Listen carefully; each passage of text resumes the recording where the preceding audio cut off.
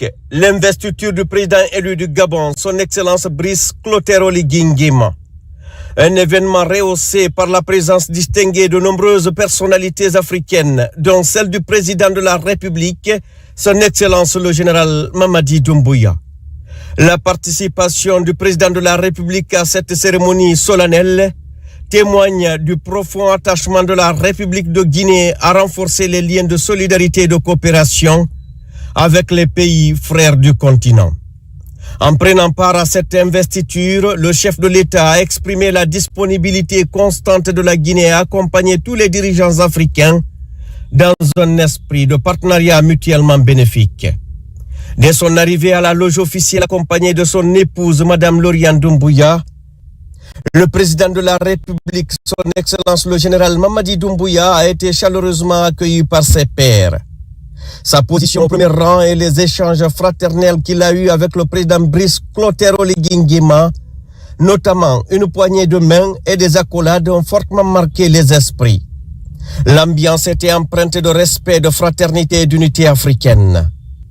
Le ministre guinéen des Affaires étrangères, de l'intégration africaine et des Guinéens établis à l'étranger, Dr Maurice Sanda Kouyaté, salue la portée symbolique et diplomatique de cette invitation adressée au président Doumbouya.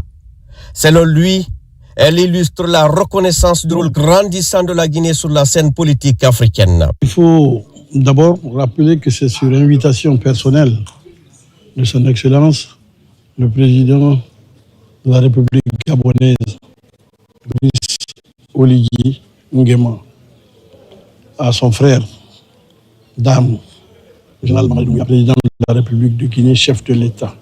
Le ton, les termes de l'invitation ont marqué une exception dans celle du président Doumbouya. Quand nous sommes arrivés, nous avons été accueillis avec une grande ferveur fraternelle, amicale. Et quand je dis fraternelle, ce sont des frères d'armes.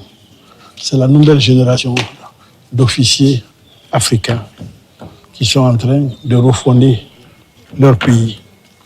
Donc, cette vision commune des deux chefs d'État a été prouvée ici, au Gabon. Et vous avez vu, quand le président est passé à l'applaudimètre, comment les populations l'ont plébiscité ici. C'est dire que tout est connu, tout ce qu'il fait est connu de toute l'Afrique, du monde entier.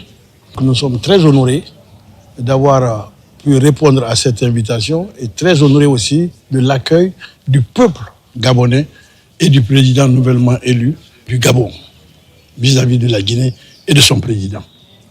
Moment particulièrement fort de la cérémonie, le passage du flambeau symbolique du président Brice Clotaire Oligui Nguema au président général Mamadi Doumbouya. Excellences, distingués invités, mesdames et messieurs, nous assistons au passage du flambeau, symbole de lumière, d'espoir, de responsabilité partagée et de continuité dans le devoir envers les peuples d'Afrique. Ce geste, hautement symbolique, représente l'espoir, la lumière, la responsabilité partagée et la continuité dans le devoir envers les peuples d'Afrique. Cet acte solennel a été accueilli avec enthousiasme et émotion par les milliers de personnes présentes dans les tribunes, exprimant leur joie par de longs applaudissements. Aux côtés de la première dame, Lauriane Doumbouya, le président de la République a brandi le flambeau, clôturant ainsi la cérémonie sur une note d'unité, de solennité et d'engagement pour une Afrique forte et solidaire. En diplomatie, tous les termes ont leur poids. Tous les gestes ont leur poids. Ce qui s'est passé ce soir, c'est que quand le président Oligui Nguema a commencé à recevoir les chefs d'État pour se faire féliciter, il a demandé à ce que le président Doumbouya reste en dernière position parce qu'il avait une surprise pour lui. Quand il a fini de saluer tous ses pairs, il a dit au président Doumbouya, venez, j'ai quelque chose à vous remettre. Il a pris ce flambeau, cette torche allumée, il l'a remise au président de la République de Guinée en disant « Moi, j'ai fait ma part. J'ai refondé mon pays. J'ai organisé des élections. J'ai changé les choses positivement. La seule personne que je vois en train de faire la même chose pour son pays et qui doit être un exemple pour les autres, c'est vous, Monsieur le Président. Donc, je vous passe le flambeau pour que la démocratisation de l'Afrique, la refondation de l'Afrique ne tombe pas à l'eau. Cet acte restera gravé dans les mémoires comme un moment de communion entre deux nations et de leadership africain renouvelé. La grande aura du président de la République un peu partout dans le monde, amis téléspectateurs. Aujourd'hui, la Guinée en l'honneur avec ce grand rendez-vous au Gabon, amis téléspectateurs. Alors, je reçois M. Souleymane Kébé, sénégalais. Bonjour, M. Souleymane. Bonjour, bonjour. Et encore producteur de films. Et voyez ces images avec tout ce que vous connaissez de la Guinée. Oui. Un président de la République qui invite, ça c'est une invitation spéciale, parce qu'il y a l'invitation dans l'invitation. Oui. Il a invité le président de la République à se déplacer de Conakry pour assister à son investiture. Arrivé au Gabon, une autre manifestation de collaboration, de volonté manifeste avec tout ce que nous avons vu, la torche. Cette torche-là, c'est la lumière pour l'Afrique qui bouge. Exactement. Moi, je pense que c'est très symbolique et c'est très fort parce que la Guinée, pour nous, jeunes, moi en tout cas sénégalais, est un pays d'intégrité, de force depuis les indépendances, et un pays de référence. Donc, voir un peu tout ce qui se met en place nous rassure et nous conforte sur l'avenir de la Guinée. Et vous êtes sur le cinéma, on va un peu parler du passé au Sénégal. Je me rappelle dans les années, sinon le 5 avril 1973, oui. On a perdu l'une des grandes figures de notre musique, Feu Aboubacar Demba Camara au Sénégal, suite d'un accident. Alors, jusqu'à présent, les Sénégalais, comment ça se passe avec vous, les Sénégalais, qui ont entendu Demba, qui ont entendu la voix de Demba, mais ils n'ont jamais eu la chance de voir physiquement Aboubacar Demba Camara, qui s'est éteint au Sénégal? Oui, écoutez, comme vous le savez, l'événement tragique qui s'est passé, mais pour moi c'est un symbolisme parce que ça montre tout ce qui devait être fait ou doit être fait entre le Sénégal et la Guinée, qui avorte ou bien qui se met pas vraiment en place. Et pour moi, il est temps qu'on coupe ce cordon-là et qu'on aille dans le fond des choses et que la Guinée et le Sénégal fassent vraiment des collaborations cinématographiques, culturelles et économiques. Oui, la Guinée et le Sénégal. En attendant, je vous informe que notre président arrive aujourd'hui à Conakry, présentement à l'aéroport. Toutes les dispositions sont prises pour recevoir le président Mamadi Doumbouya. Je suis en train de paraphraser un communiqué de la présidence de la République. Amis téléspectateurs, le président de la République, Mamadi Doumbouya, arrive aujourd'hui à Conakry. N'oubliez pas, aujourd'hui c'est le 8 mai. Le 8 mai, c'est une date symbolique aussi pour les autres continents. Si je prends le cas de l'Europe, Hitler a été... C'était la fin de la Deuxième Guerre mondiale, en même temps la capitulation de l'Allemagne nazie que tout le monde a connue. Aujourd'hui, c'est le 8 mai. Le 8 mai symbolise une date que tout le monde, épris de paix, ne vont jamais oublier parce que quelque part, c'est le destin de tout un monde, de toute une nation, de toute l'humanité qui se scellait quelque part en Europe avec Hitler. Alors, messieurs, vous, c'est Ebelamou. Richard Ebelamou, bonjour. Bonjour. Bonjour, comment ça va? Je vais bien. Vous êtes organisateur du salon de cinéma et aujourd'hui sur ce plateau de Zénith sur Coloma. Je suis membre de Phoenix Fusion, l'un des membres organisateurs de cet événement qui est le salon du cinéma guinéen et qui est à sa 5e édition. La 5e édition, et quoi de spécial pour cette 5e édition? Cette 5e édition, ce qui est plus spécial, c'est qu'on a envoyé des formateurs qui sont venus d'ailleurs, mais que des pays africains. Et la particularité de cette 5e édition, le Sénégal est le pays invité d'honneur. Donc, et c'est pourquoi M. Kébé est présent ce soir sur ce plateau. Effectivement. C'est pourquoi M. Kébé est venu dans ce cadre. Il est aussi venu pour nous aider à installer cet écosystème qu'on va déjà développer tout à l'heure. Mais le cinéma ne progresse pas en Guinée, là. Il n'y a pas de production cinématographique. Les salles de cinéma sont fermées. Et ce n'est pas comme avant. Avant, il y avait les salles de cinéma qui fonctionnaient. Aujourd'hui, pourquoi ce problème se pose à tout le monde? Moi, je pense qu'il y a un problème. Il faut déjà parler il faut mettre un écosystème. Et vous savez quand... L'écosystème, c'est quoi dans les demandes cinématographiques? Il faut mettre en place ces corps de métier. Il faut s'organiser de façon à produire. Il y a des productions, il n'y en a pas assez. Il y a des productions, mais il faut mettre un écosystème en place pour pouvoir tourner à tout moment. Parce que le cinéma peut vivre. Les gens qui ont décidé de faire ce métier peuvent vivre de ce métier. Mais aujourd'hui, on n'arrive pas. Et le cinéma parle. Et pour moi, pour faire cet écosystème, il fallait envoyer des gens qui s'y connaissent, qui connaissent déjà le système et qui essaient de nous apporter ça pour mettre un truc en place. Parce qu'il faut l'accompagnement. On ne peut pas faire du cinéma sans l'accompagnement de l'État aussi. Donc, c'est pour cela M. Kébé est là, François Zélon est là. Et il y a 4 formateurs. Il y a Abdou Sané, il y a Lopi qui sont venus il y a 3 qui sont venus du Sénégal et il y a un qui est venu du Cameroun. Il y a une qui est venue du Cameroun, je voulais dire. Ok. Et avec tous ceux que nous connaissons, nous sommes avec M. Souleymane Kébé. Souleymane Kébé, encore une fois, bonjour. Merci beaucoup. Et le thème de pour la formation, bien sûr, des jeunes cinéastes en Guinée, qu'est-ce que vous avez retenu comme thème? Oui, c'est le mécanisme de la production. En fait, pourquoi la production est importante? Parce qu'en fait, c'est le patronat. Les boîtes de production, c'est le patronat. C'est eux qui embauchent les techniciens, c'est eux qui payent et qui trouvent le financement pour faire ces films-là. Donc si on forme des réalisateurs, des caméramans, des ingénieurs de son, etc., tous les corps de métier, et qu'on ne forme pas des producteurs capables de porter ces projets-là, aller trouver les financements pour faire ce film-là, c'est compliqué. Donc pour cela que le salon du cinéma guinéen cette année a mis l'accent sur ma présence, parce que moi en fait je ne suis pas un universitaire, je suis plutôt un expert qui a produit plus d'une 50aine de films et qui va travailler dans l'aspect pratique des choses, c'est-à-dire comment passer de la théorie à la pratique, comment créer sa société, comment accompagner un projet, comment trouver les financements, comment développer un sujet pour en faire quelque chose d'intéressant et d'important pour le pays, pour l'Afrique. Parce que ce qui est important pour nous, la philosophie qu'on a, c'est comment changer l'imaginaire qu'on a de l'Afrique.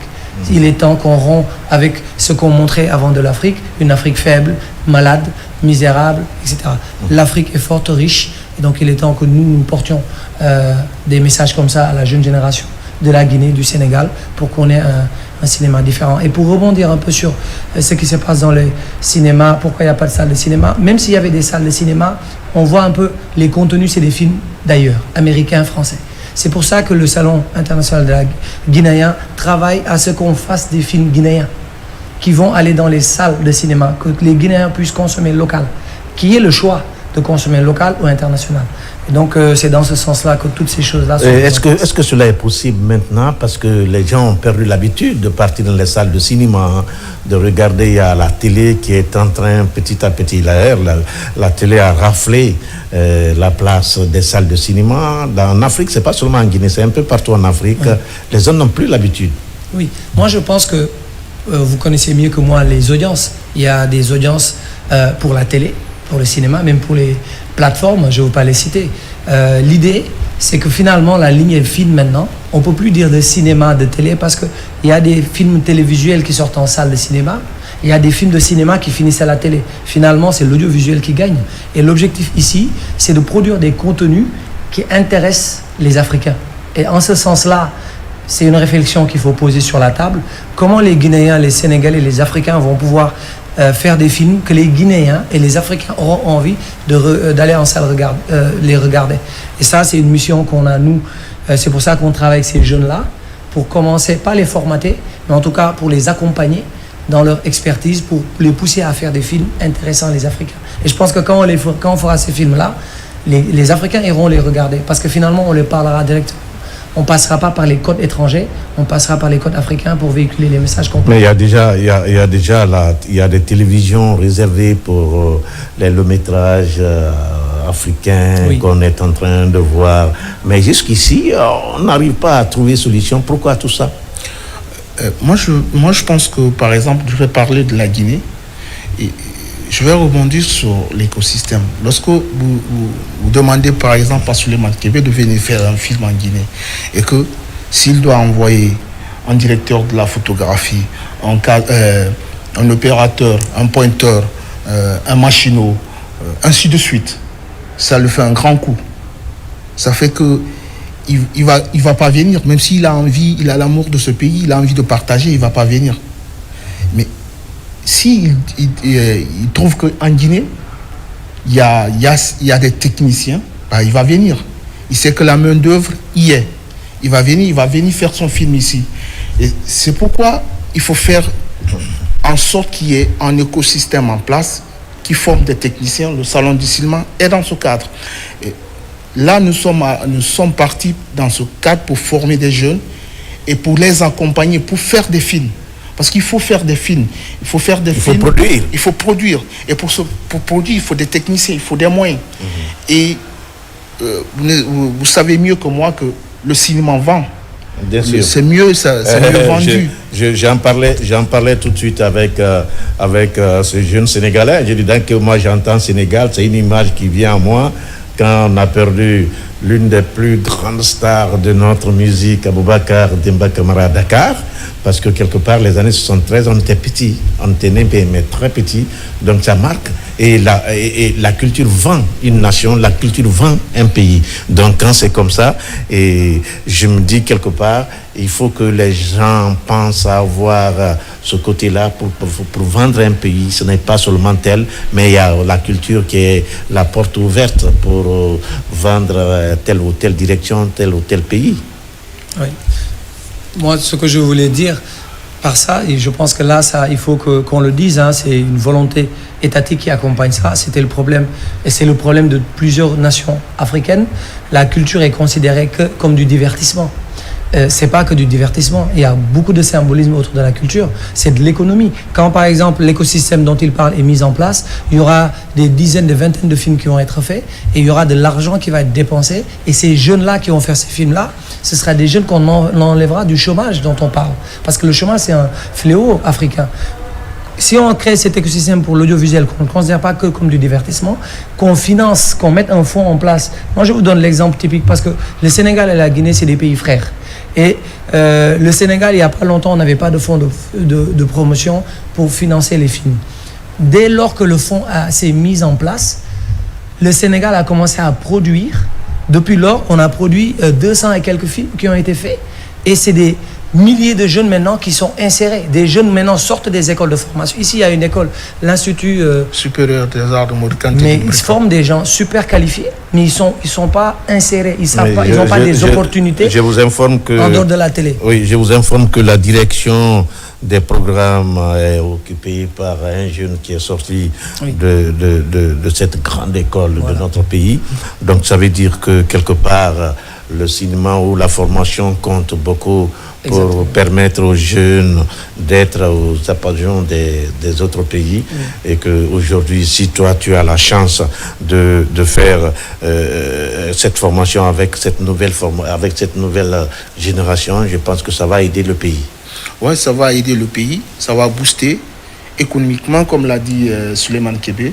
Ça va, tu vois, le tourisme, les gens vont découvrir le pays, tu vois, à travers un film qui va au festival de Cannes, qui va en compétition dans des festivals, par exemple à Ouaga. Les gens ont envie de découvrir ce pays, de se dire moi aussi j'ai envie d'aller faire un film là-bas. Maintenant, je vais prendre, moi j'ai fait mon stage au Sénégal, je vais prendre le cas du Sénégal. Quand tu vois le nombre de films qui est produit au Sénégal par an, c'est énorme.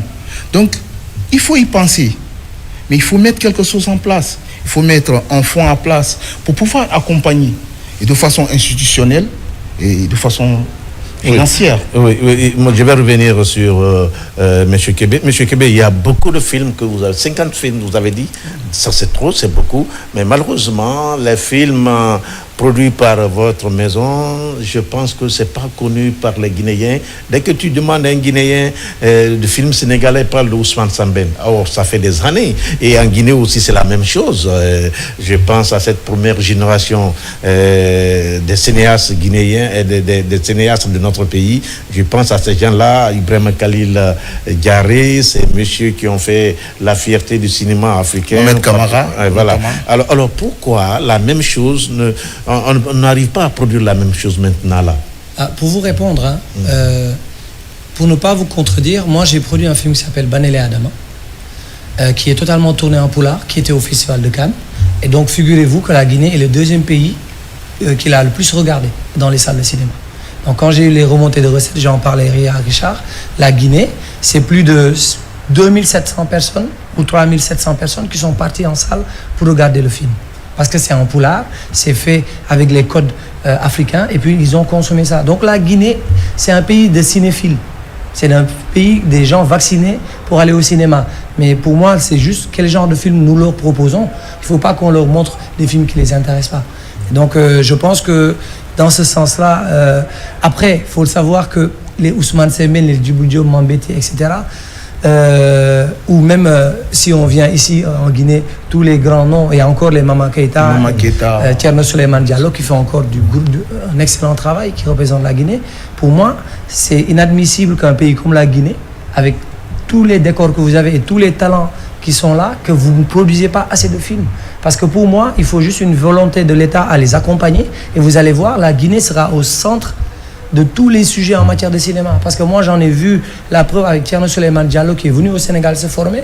Il était, je ne sais pas s'il n'était pas le major, il a fait les meilleurs films de sa promo, et là, on voit le résultat. Donc, il faut juste les accompagner. Moi, je pense qu'il faut vraiment que nos autorités comprennent et ne relèguent pas qu'au second plan en disant que c'est du divertissement. Mais le cinéma, et c'est le 7e art. Mais la culture, les industries créatives culturelles, il faut miser sur ça pour qu'un pays se développe. Et pour moi, c'est un plaidoyer. Et il a évoqué un autre aspect tout de suite, c'est la langue.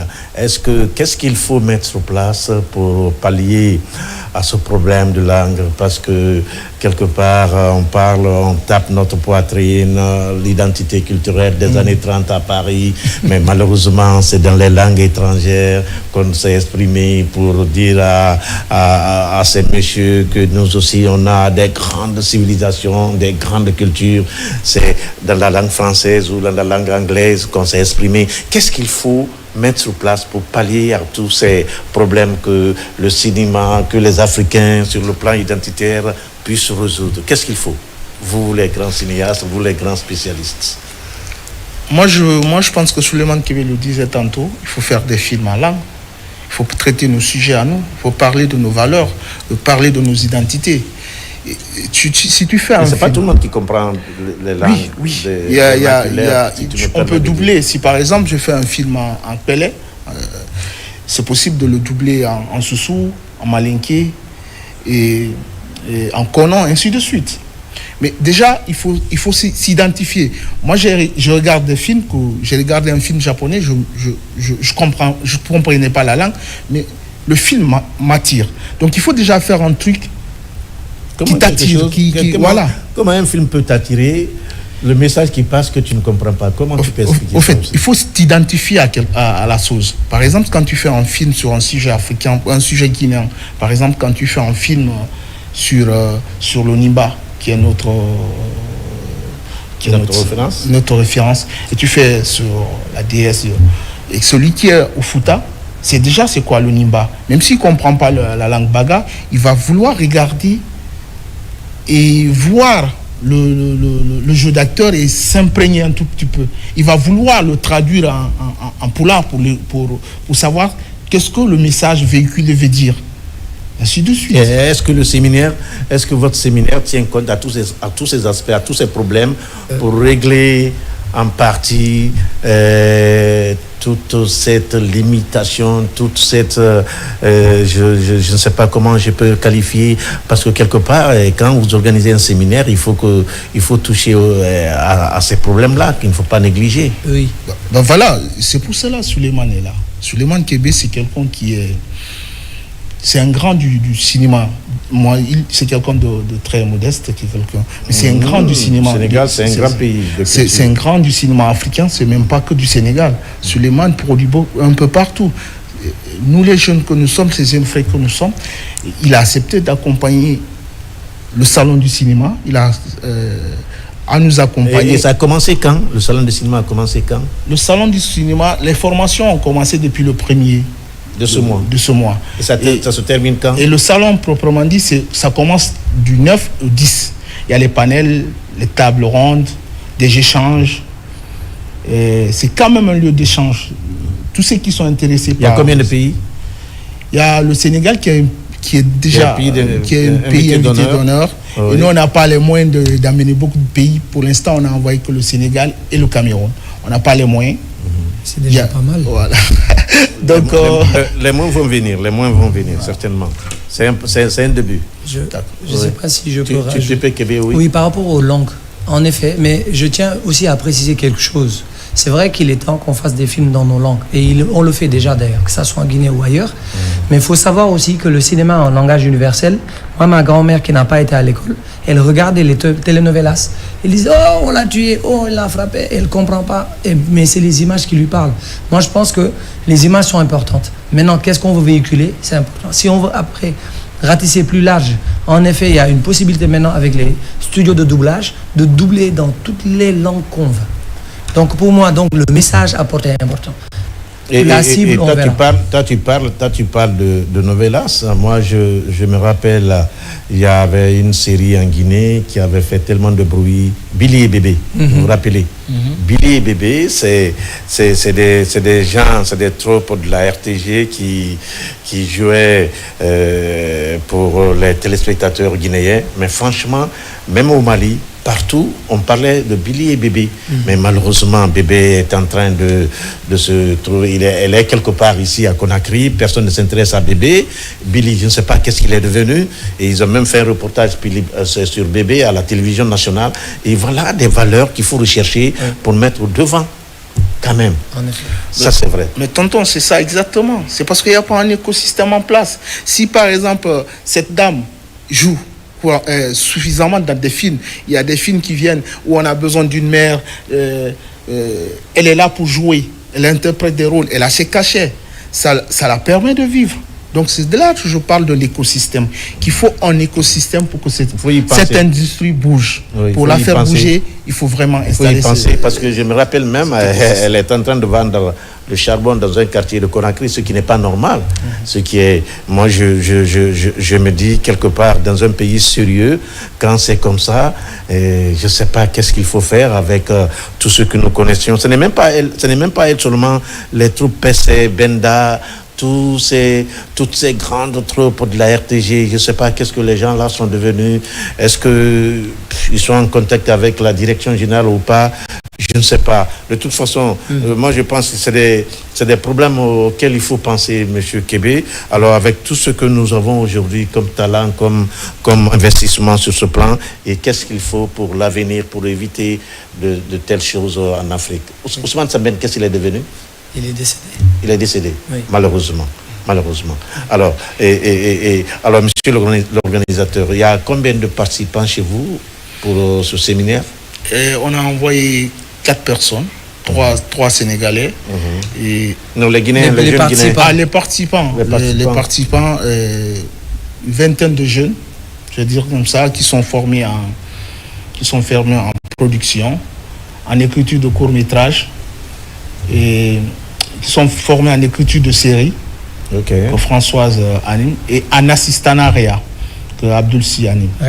Assistant réalisateur. En fait, ils ont choisi de ne pas prendre beaucoup de personnes pour que la formation soit vraiment effective et que les gens puissent vraiment en sortir avec des bagages et des outils pour être directement employables. Et que quelque part, mais il y a une chose aussi, le sérieux dans le comportement des artistes. Est-ce qu'il y a le sérieux? Est-ce qu'ils viennent à l'heure? Je vous donne un seul exemple. Takana Zion m'annonce qu'il arrive. Takana a un concert le 15 du mois de juin. Il dit que grand, j'arrive, il ne vient pas. C'est pas sérieux de la part de Takana. Takana, quand il va à Paris, ce n'est plus Takana qu'on regarde, c'est la Guinée qu'on regarde. Et si nous, on a notre micro, on a notre caméra pour faire leur promotion, c'est ce qu'on peut faire. Parce que quelque part, on a besoin que, quand on va dire le rendez-vous culturel pour les Africains, on se présente quelque chose. Mais malheureusement, quand un artiste se comporte comme ça, il fixe un rendez-vous à la télévision, il n'arrive pas. Qu'est-ce que vous voulez qu'on fasse? Est-ce que vos artistes sont sérieux, ceux qui viennent assister au cinéma? Est-ce qu'ils viennent à l'heure? Est-ce qu'ils quittent à l'heure? Oui.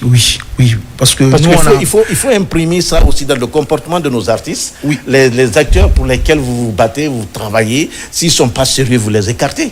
Parce qu'il y a une chose qui est claire, vous travaillez pour le pays, et le pays a besoin de ces jeunes-là pour qu'un jour qu'on parle de la Guinée, pour qu'un jour qu'on parle du Sénégal, pour qu'un jour qu'on parle de l'Afrique. Et aujourd'hui, quand c'est comme ça ne marchera pas. Effectivement, si c'est comme ça ne marche pas. Nous, chez nous, il y a les règles. Il y a les règles, il y a des principes. Et comme je vous ai dit, il faut être dedans. Si tu n'es pas dedans, le train marche sans toi. On va partir, on va continuer à aller devant sans toi. Ce que vous dites là est pertinent. Parce que le métier que nous faisons, les tournages par exemple, tout est organisé. C'est un planning qu'il faut respecter parce que chaque jour coûte beaucoup d'argent. Donc si tu es en retard, c'est tout le monde que tu mets en retard. Et ça, on essaie de nous, c'est pour ça que je disais de la formation pratique. Comment rendre ces gens-là opérationnels dès le départ, ne pas rester dans la théorie. C'est pour ça qu'ils rentrent avec des projets de films à la clé. L'idée, c'est qu'un film sorte de ça et qu'ils pratiquent ce qu'ils ont appris. Et donc, dans la pratique, c'est comment tourner, comment faire un film, comment tourner.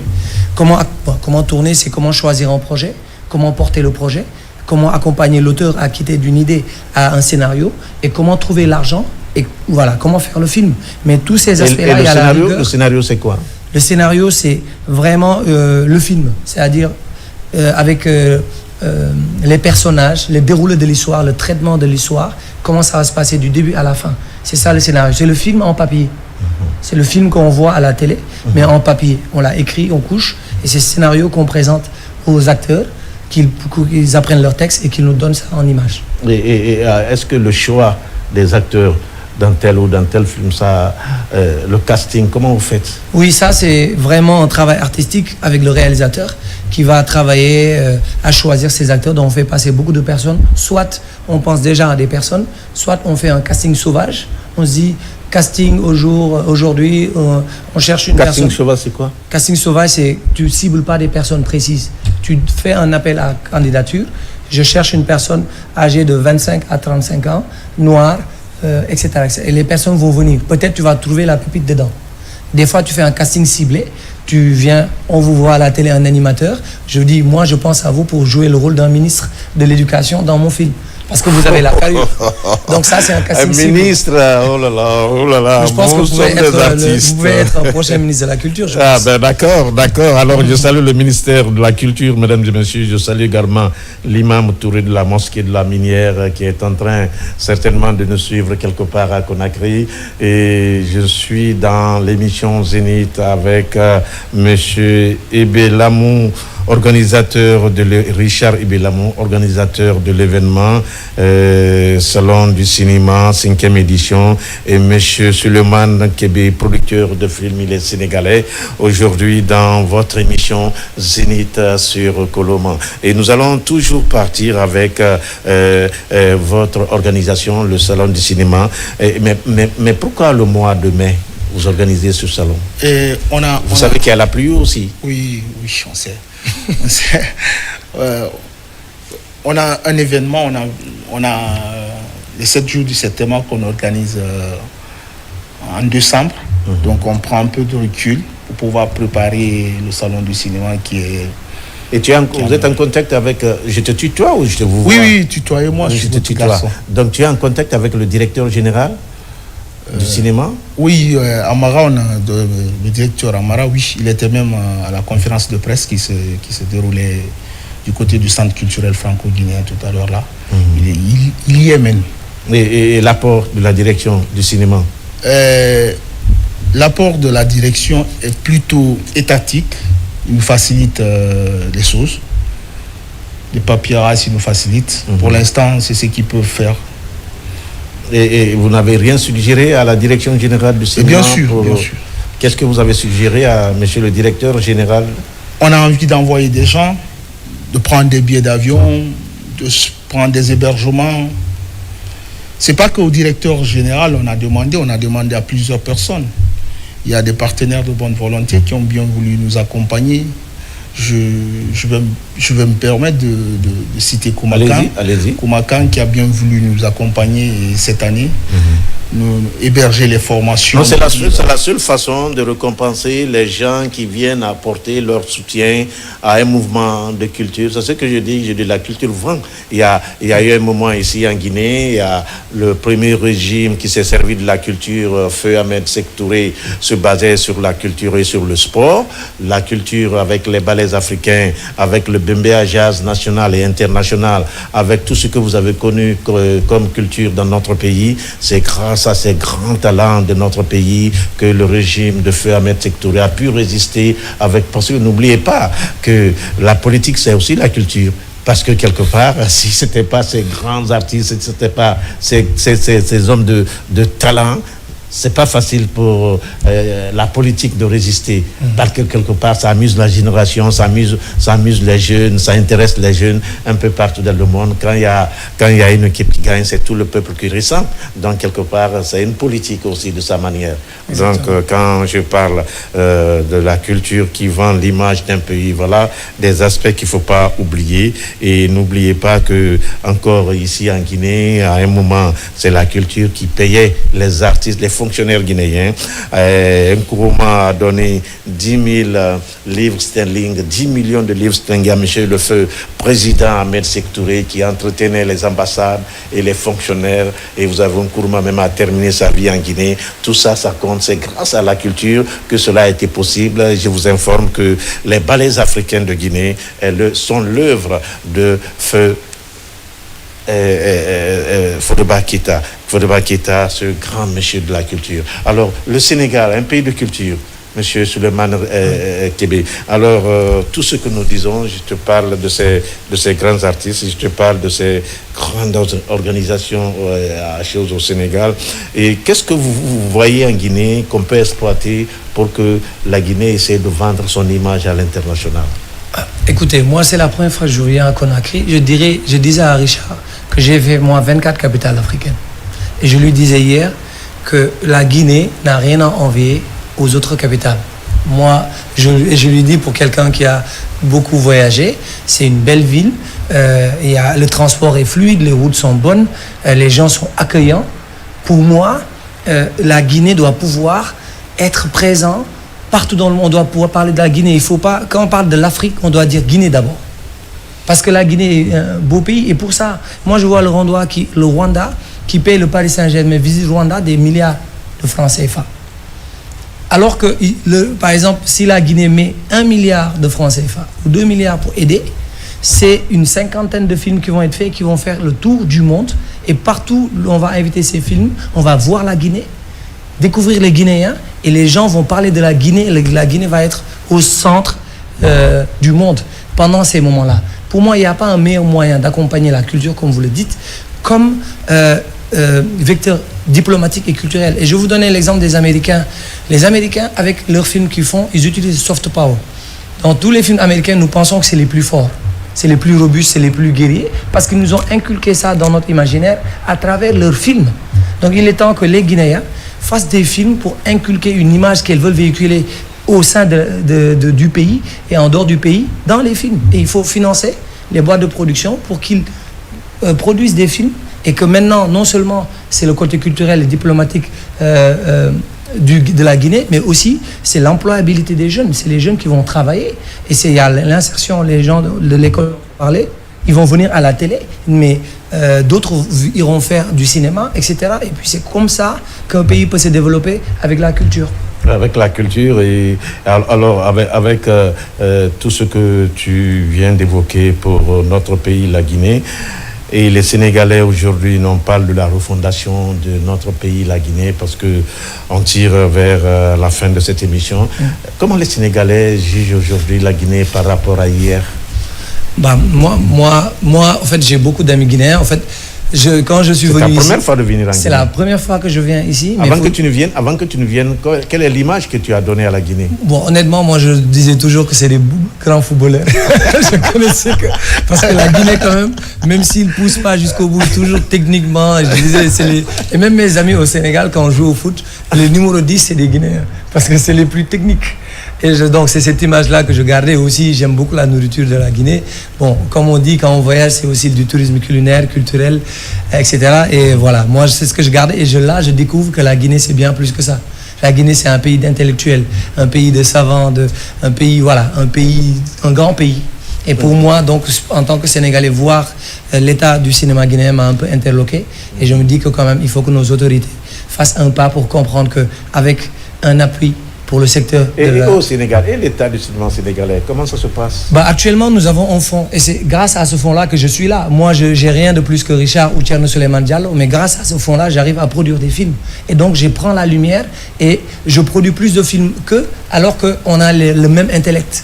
Mais l'État a mis en place ce fonds-là pour nous permettre... C'est un fonds de dignité. Au lieu d'aller en France, en Chine pour trouver de l'argent, là, je peux venir avec mon pays, dire que mon pays m'a donné ça.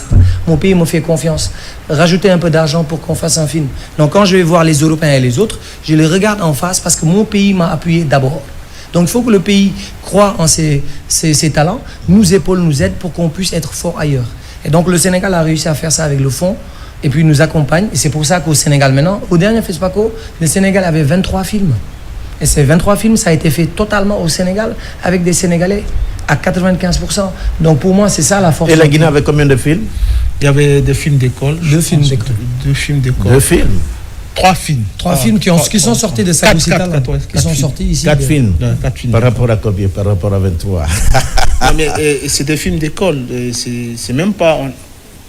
ça fait au moins 3 fois qu'on à part Souleymane qui est allé avec son documentaire, et Yakoli qui est allé avec son court-métrage qu'il a fait au Sénégal. Il n'y a pas de film. Il n'y a pas de film. Il faut se poser mais il faut installer l'écosystème. Il faut nous aider. Nous, on a envie d'installer cet écosystème en place. On veut... En fait, le but, tonton, c'est vraiment aider ce cinéma.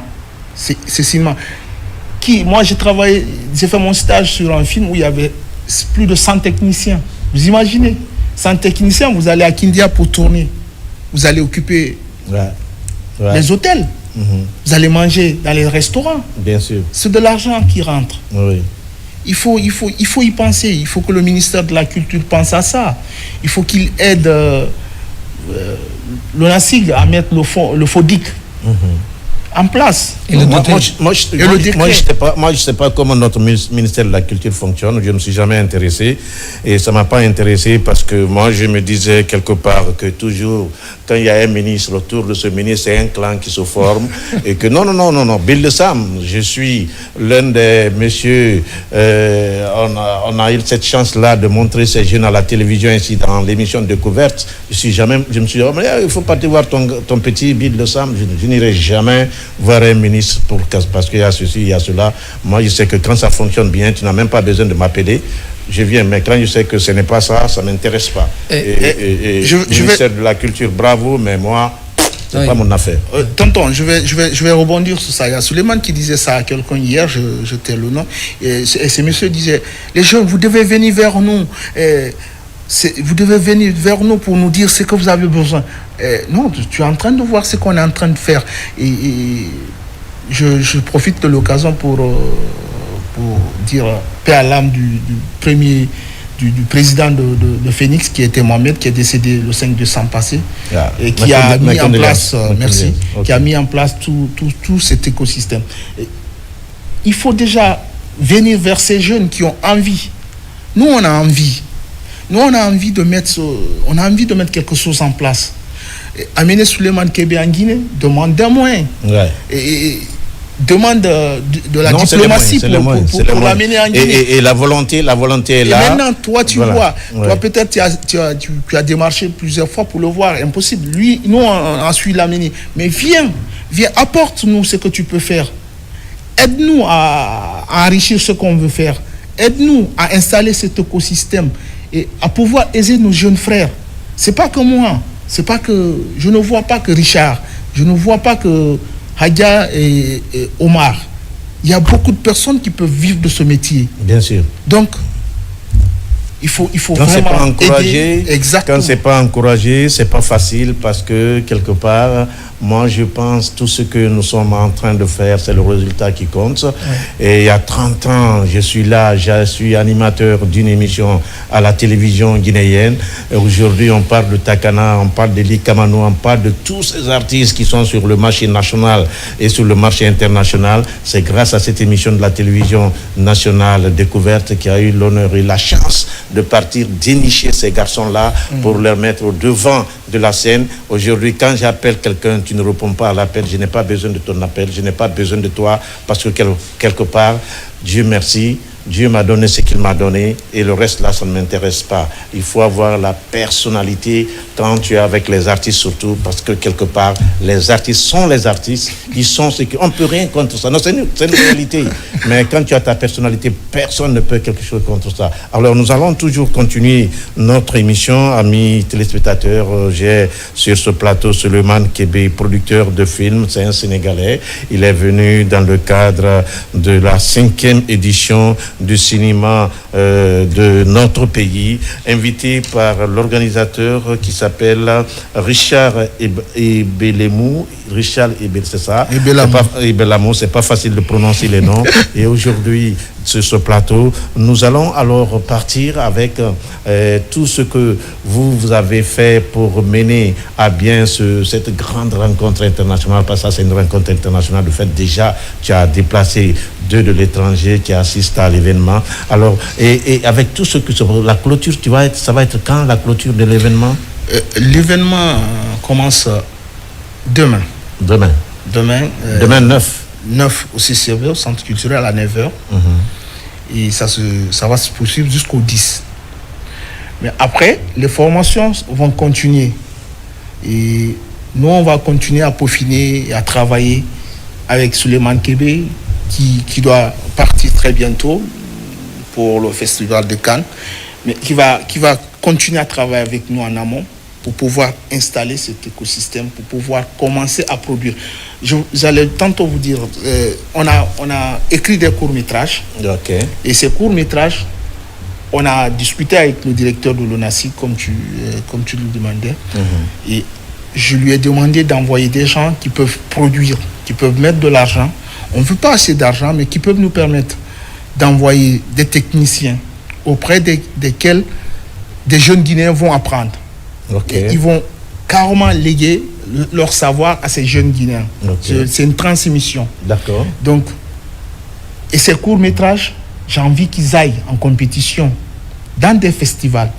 Mais pas en tant que catégorie de... Mais il y a une chose aussi, Richard, il y a une chose aussi. Les gens ont tellement organisé des séminaires en Guinée, mais vers la fin, les séminaires, qu'est-ce que ça donne? Vers la fin, qu'est-ce que ça donne? Parce que moi, c'est pas la première fois que j'ai la chance de recevoir un gars comme toi, Richard, mais la fin, après, rien, pas de... Qu'est-ce que ça donne? Nous, notre équipe, on s'appelle Rien ne nous arrête. Il y a un objectif. Rien ne nous arrête. On a commencé il y a 5 ans. On a mis de l'argent à côté. Il y a des gens qui nous ont accompagnés, comme les Fatmata Kandé, qui nous ont donné de l'argent. Les Bilia, qui est aujourd'hui le directeur de DCZ. Donc, qui nous ont donné de l'argent, qui nous ont accompagnés. Après, on a mis de l'argent. Ça fait 5 ans que nous-mêmes, nous cotisons. Que nous mettons de l'argent de côté pour préparer l'événement et pour le faire. Ça veut dire que nous, on est décidé à mettre cet écosystème en place. On est décidé à faire en sorte qu'en Guinée, qu'on fasse des films. Il y a Suleiman Tata, que les Guinéens appellent, les cinéastes guinéens appellent Gando, que je remercie de passage, qui est notre mentor depuis le tout début. Ces gens-là sont là pour nous encadrer. Maintenant, il y a le grand frère Kébé qui est là, qui nous donne des rentrées. Et c'est ce qu'on a besoin. Bien sûr. Maintenant, si on a l'accompagnement étatique, Dieu merci. on ne va pas refuser. Ça va nous fortifier, ça va nous aider à faire plus vite la chose. Vous avez déjà une base. Exactement. Et la base est là, et avec l'expertise de Québec. Oui, Québec, tu disais? Oui, je voulais juste dire qu'en dehors de leur engagement, c'est aussi des faits palpables. Parce que là, sur la formation, c'est des formations pratiques. Là, à la fin, il y aura un film qui va être fait. Donc, on va passer de la théorie à la pratique directement. Et les formations... Avec les acteurs. Oui, les gens qui participent, là, actuellement, ils sont en train de tourner, d'ailleurs. Ils sont en train de tourner un film. Donc, l'idée, c'est, à la sortie de ce salon-là, en dehors de tout ce qui est panel, tout ce qui est discussion autour du cinéma guinéen, le changement, les choses à amener, parce qu'il y a des autorités qui vont être là pendant les panels, le directeur de l'ONASIG, il y a beaucoup de responsables culturels ici qui seront là, ainsi que des jeunes, des jeunes acteurs du cinéma guinéen. Mais c'est aussi la formation et le produit qui sort de ces formations-là, qui seront des films faits. Donc des gens qui vont être formés et qui vont pratiquer et qui vont finir avec un film. Et si l'État les accompagne, ils pourraient éventuellement faire plus de films pendant le salon. Et comme ça, ces jeunes-là ne seront pas juste, oui, j'ai fait une formation, un salon. Est-ce qu'il y a un budget pour ça? C'est ce qu'il dit. Ils se débrouillent avec les partenaires. Avec les moyens et quelques institutions qui nous accompagnent. À part ça... C'est l'Institut français. L'Institut français... Et il y a UNFPA. Non, il faut reconnaître l'Institut français et puis le Centre culturel, c'est des institutions qui participent à l'émancipation des jeunes de Guinée, parce que quelque part, moi je me rappelle quand on venait de créer Découverte, c'est au Centre culturel qu'on partait tourner et je salue de passage la mémoire de ce grand technicien du Centre culturel qui est décédé, qui était avec nous en ce moment, et voilà, je pense quelque part la collaboration entre les pays, entre les institutions, c'est une collaboration sincère et importante pour l'émancipation et l'épanouissement de la jeunesse africaine, parce que la jeunesse africaine quelque part a besoin de ça. Alors avec tout ce qui se passe maintenant là, le film là, comment vous allez faire, comment vous allez diffuser, la diffusion, comment ça va se faire? Là, ils sont en train pour l'instant, on va le diffuser pendant le salon, on va le projeter pendant le salon, et après. Ça va pas être trop juste, un film, ça prend beaucoup de temps. Hein. Oui, mais il y a ce qu'on appelle, ils apprennent un peu plus vite, mais ils ont fait beaucoup de scénarios, mais il y a un film qu'on a pris qui a 3 séquences, qui va être vite tourné, pour que ces jeunes s'imprègnent de la technique, ils voient comment on fait la mise en scène, ils voient comment, parce qu'ils sont coachés par des réalisateurs qui ont des films. Et quand tu prends le Pi, c'est un réalisateur qui a beaucoup de films, qui passe déjà sur Canal. Et Abdoulsi, c'est un jeune assistant qui a fait de l'assistanat sur des vingtaines de films. C'est des gens qui sont hyper occupés, mais qui seront là pour coacher ces jeunes, pour faire un petit film, mais qui va les en... Et pourquoi tu dis petit film? Non, pourquoi tu dis petit film? J'ai dit petit film parce que ça va pas être un truc où il y a tout ce tarmada de techniciens et autres là. C'est pour les imprégner, c'est pour leur donner l'envie d'être sur ce métier, de croire à ce métier, c'est leur donner le goût, si je peux me le permettre. Comme vous le dites tout à l'heure, on ne peut pas faire un film en si peu de temps. Donc l'idée, c'est de trouver des accélérateurs que, entre guillemets, nous sommes pour les aider à apprendre vite, mais aussi faire juste un exercice, c'est un film d'école, mais au moins ils sortent avec une pratique d'un film en se disant c'est possible de quitter l'idée et d'aller à la pratique. Et quelle est la différence entre un film d'école et un film? Un film d'école, c'est un film qu'on fait pendant qu'on étudie. C'est différent des professionnels qui sont aguerris, qui ont leur diplôme, qui ont pratiqué, qui font un film avec les moyens et le temps et le budget qu'on leur donne. Donc là, c'est des jeunes qu'on met dans une situation express de travail, de pression, en leur donnant les outils pour qu'ils nous produisent quelque chose. Et à partir de ça, ça va casser des barrières en se disant c'est possible. Est-ce que ça ne va pas jouer sur leur carrière? Parce que déjà, un film, c'est avec un budget. Et si vous réalisez un film sans budget, est-ce que ça ne va pas leur donner déjà une mauvaise image de ceux qui sont en train de faire? Non, il y a un budget. Attention, il y a un petit budget que j'ai mis en place. Il y a Oularé qui est là-bas en tant que producteur. Au fait, c'est le mécanisme qu'on a mis en place, qu'on est en train de voir. Il y a déjà un producteur qui est avec eux, qui gère tout ce qui est argent, qui gère tout. Donc c'est quand même un truc qu'on est en train de mettre en place pour leur dire, les gars, on peut le faire. Vous voyez ce que vous avez su faire. Donc si on se donne les moyens, on peut faire mieux. Ouais. Mais c'est surtout qu'aussi il faut s'adapter à l'écosystème à présent. C'est qu'actuellement il n'y a pas de financement ni rien. Les gens sont obligés de faire comme ça. Ils sont obligés de trouver un moyen de faire un film à moindre coût et qui n'est pas long dans la durée. Et au Sénégal, la même chose s'est passée. C'est passé comme ça. Mais jusqu'à présent, moi j'organise le Festival international de films documentaires Saint-Ludoc.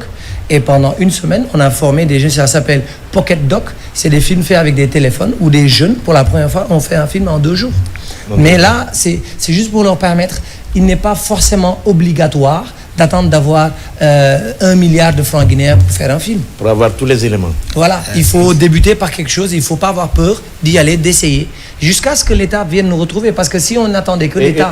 Et en tournant un film, quelle est la partie la plus difficile à tourner? C'est la partie la plus difficile de l'étape de tournage ou de l'étape de tournage? De tournage. Je pense que toutes les étapes sont difficiles. Mais en tout cas, dans le cadre d'une production, c'est l'étape de rechercher l'argent qui est difficile. Parce que finalement, c'est le nerf de la guerre. Tu peux avoir du talent, des techniciens, et tout si tu n'as pas l'argent pour payer la voiture qui va accélérer, l'acteur, la caméra, le son, tu ne peux pas possible. Et payer aussi les gens qui travaillent. Donc, c'est des valeureuses personnes qui sont compétents et qui sont sous-cotés. Parce que les techniciens de l'audiovisuel et du cinéma, vous avez vos caméramans, tout le monde ne peut pas faire ce boulot. C'est tellement technique. Mais il y a une chose aussi, on assiste aujourd'hui à ce qu'on peut appeler ça un développement extraordinaire des réseaux sociaux. Des réseaux sociaux, de l'information, ces nouvelles technologies, je ne sais pas comment vous pouvez appeler ça. Oui. Donc ce qui fait que hier, s'il faut 2 ou 3 jours pour filmer seulement l'angle que tu vises, il faut 2 ou 3 jours. Aujourd'hui, en une seule journée, tu peux avoir les images là. Vous avez répondu à votre propre question, comment on peut faire le film en si peu de temps. Parce que maintenant, les nouvelles technologies, les bonnes personnes et les engagements des personnes qui sont autour feront que cette fois-ci, nous pourrons proposer un film au salon pendant que l'activité se passe. Et Kébé, bon, donc je reviens sur Ousmane Sembène. Est-ce que vous avez eu cette chance-là d'être visionner le film d'Ousmane Sembène? J'ai vu tous ces films. Tu as vu tous ces films. Oui. Et qu'est-ce que tu reproches de la réalisation des films d'Ousmane Sembène? Reprocher, je n'ai pas encore fait le quart de ce qu'il a fait. Donc je ne suis pas encore au niveau de faire des reproches. Toutefois, je peux apporter un avis en disant que c'était des visionnaires parce qu'avec le peu de moyens, moi je pense juste maintenant quand on tourne, il y a un problème, tu appelles le téléphone, on ne tourne pas, on déplace. Les gens étaient tellement, c'était les lettres, le téléphone, l'organisation, la logistique autour de ces films-là était compliquée, recherche de financement et ils étaient en avance sur leur temps. Maintenant, en tant que cinéphile, je peux soit aimer ces films ou pas, mais reconnaître tout le travail qu'ils ont mis en place et les combats qu'ils ont menés pour nous permettre, nous, à notre génération, de pouvoir former d'autres personnes, parce que moi, je suis un produit d'un de ces produits. Ah bon, comment? Oui, parce que quelqu'un qui l'a formé, qui est Dembélé, qui était dans Yao, qui a travaillé pour lui, nous a formés, nous aussi. Et nous, on forme, c'est-à-dire, donc même ces jeunes Guinéens que je forme deviennent des produits d'Ousmane Sembène. Parce que finalement, c'est à travers la transmission dont il parlait, qui est de génération en génération, qu'on en arrive là. Nous, on n'a rien créé. Vous avez tout fait avant nous. Donc, on essaie juste... Non, c'est vrai, nous essayons juste d'encadrer les choses et de les contextualiser. Bien sûr, bien sûr. Bien sûr. Bon, moi, je pense quelque part avec tout ce qu'on a connu de ces grands messieurs du cinéma et aujourd'hui les jeunes emboîtent le pas. Moi, je pense que c'est déjà positif pour l'Afrique, positif pour le continent et que quand on arrive déjà à reconnaître le talent de ces anciens, moi, je pense que c'est des mérites aussi qu'il faut saluer de votre part et de la part de ceux-là qui ont eu la chance d'être là pour la première parce que c'était pas évident. Ce que les gens oublient, dès qu'un Africain arrive à faire quelque chose bien noir, on dit pour la première fois. Pour la première fois, ça, c'est des connotations qu'on donne à nous les Africains, à nous les Noirs, pour dire qu'on ne mérite pas ce qu'on fait, ce qu'on est en train de faire. C'est-à-dire, moi je pense c'est un peu péjoratif parce que quelque part, on ne dit jamais, quand un blanc fait quelque chose, on ne dit jamais pour la première fois. Ça c'est normal, ça doit se faire. Donc il y a ces petits trucs-là qu'on revient à tout moment parce que quelque part, l'Afrique aussi, c'est un continent, on doit être fier de notre continent et que le continent africain, c'est un grand continent de culture et de civilisation. Surtout que encore une fois, nous, notre culture se base sur l'oralité, et l'oralité là qui part de bouche à oreille, de génération en génération. Moi je pense c'est des éléments qu'il faut exploiter dans le cadre bien sûr du cinéma. Ouais. Est-ce que ça a sa place chez vous? Oui, mais bien sûr. Et là, on est à la maison de l'oralité. On est à Koumakan. Et Petit Tonton, vous le connaissez. Oui, Petit Tonton. Donc, il est là-bas, il a entretenu les jeunes, il a échangé avec les jeunes. On n'oublie pas ces aspects-là. On est vraiment en train on est préparé à tout ça. Parce qu'on ne veut pas faire des films pour plaire aux autres. On veut faire des films pour nous, les Guinéens, que ça plaise aux Guinéens. En fait, quand un Guinéen, un Sénégalais se plaît à regarder ce que nous allons faire avec ces jeunes, c'est déjà beaucoup, c'est déjà bien. Que quand je vais à Dakar, quand j'ai regardé le court-métrage, j'ai bien aimé. Et je suis content que tu sois là. Et comment tu fais ta collaboration avec les télévisions RTG, Yuma, avec la télé de Antonio Soare? Est-ce que tu as pensé avoir une collaboration avec ces télévisions pour qu'un jour on puisse diffuser vos éléments dans ces télévisions, parce que c'est quand même un support pour vous? Oui, mais bien sûr, bien sûr. Et on a envoyé des courriers et on en a même parlé ce matin. Il y a Suleiman qui a parlé d'un mécanisme et qui va nous enseigner, nous, parce que nous on apprend tous les jours de lui, pour pouvoir proposer ça à la RTG par exemple, à d'autres scènes de télé, pour pouvoir accompagner nos idées. Surtout qu'à la direction de programme, tu as un professionnel. Oui. Alama Bangoura, c'est ça, c'est un jeune sortant de la grande école de Brika que tout le monde parle aujourd'hui. Morikate, c'est ça. Oui. Donc, tu as un professionnel. À la programmation également, il y a le jeune Diallo qui est aussi un professionnel. Il n'y a que des professionnels présentement à la RTG d'image, bien sûr, parce que Dobrika forme les talents qui travaillent avec les images. Et Alama Bangoura, c'est un spécialiste de ce domaine. C'est grâce à lui, d'ailleurs, j'ai l'honneur et la chance de vous recevoir sur ce plateau. Et alors Kébé, on va à présent partir avec l'expérience sénégalaise. Oui. Est-ce que l'expérience sénégalaise peut servir la Guinée sur ce plan? Moi, je trouve que la Guinée peut même s'en servir et parfaire l'expérience. Parce que nous, on a été les cobayes pour la Guinée. Parce que moi, honnêtement, quand je viens en Guinée, je dis que le public qu'on a au Sénégal, c'est aussi c'est le même public qu'on peut avoir en Guinée, vice-versa. En fait, c'est un marché. Il faut qu'on s'arrête de s'enfermer dans nos marchés. Il faut qu'on commence à parler guinéen. Quand tu vas au Nigeria, ils sont 200 millions, ils ont un public.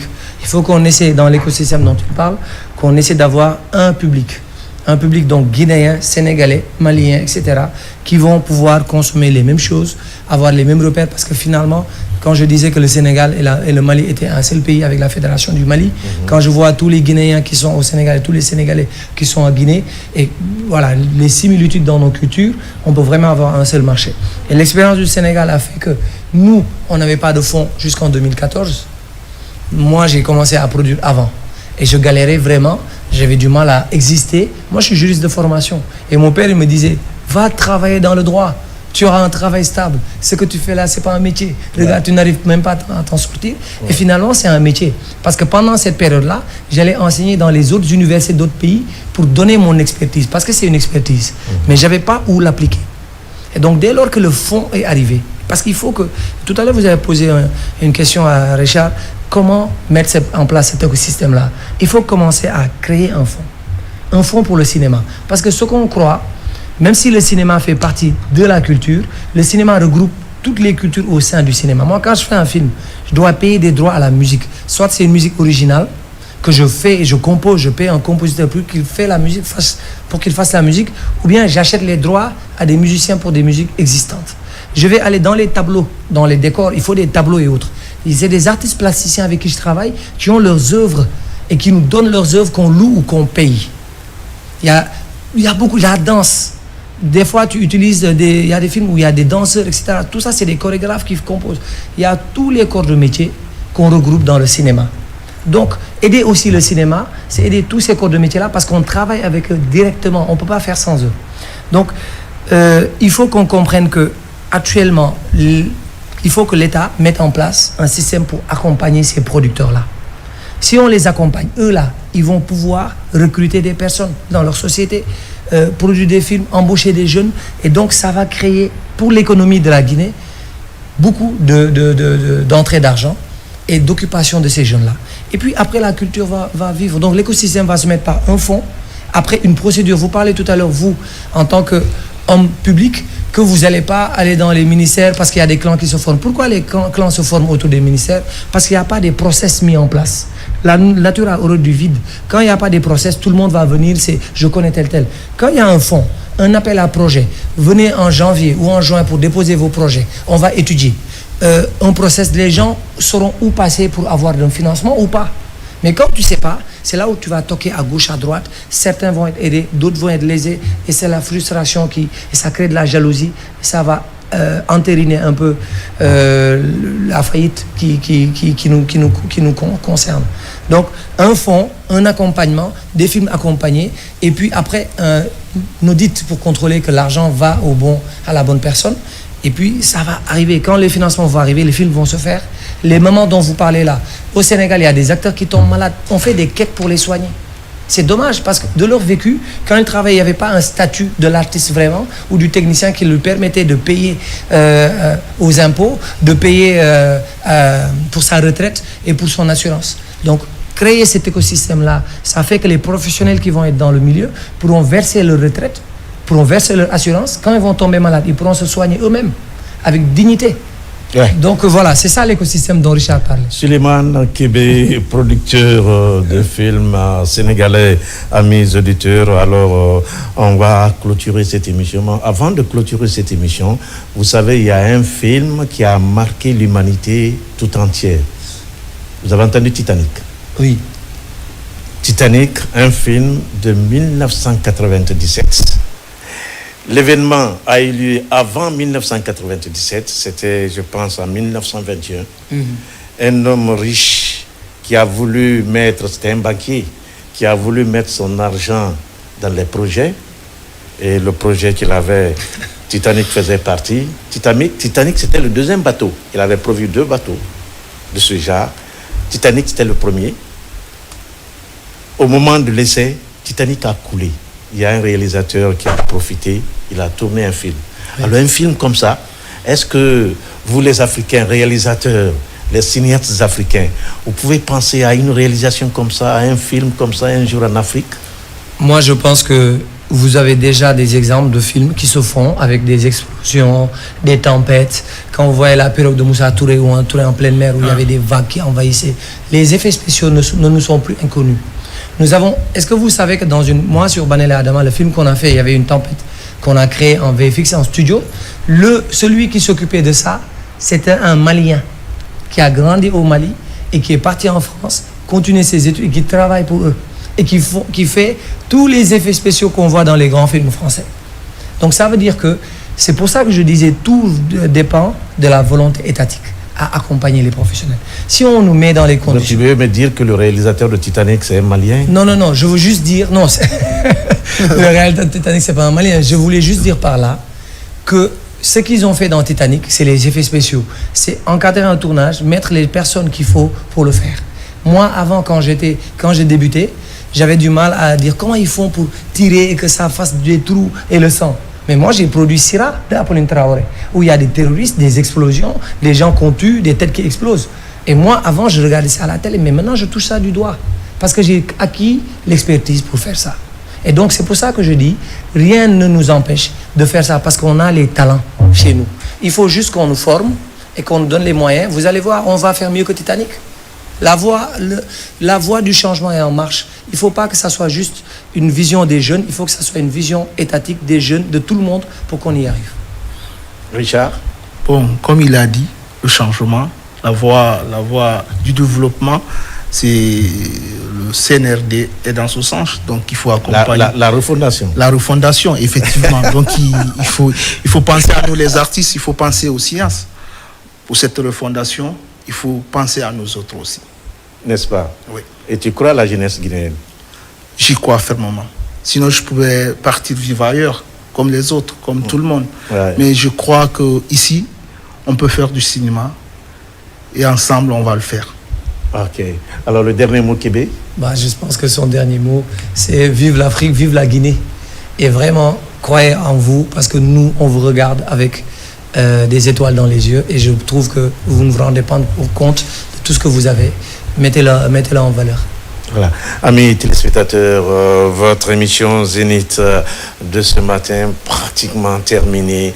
Micro, Mohamed Max Camara, réalisation IB, toute l'équipe technique autour, à retenir que notre président, le président Mamadi Doumbouya, va faire son retour aujourd'hui même à Conakry, je pense quelque part à l'aéroport international Ahmed Sékou Touré. Les gens sont déjà mobilisés pour recevoir ce président, jeune président.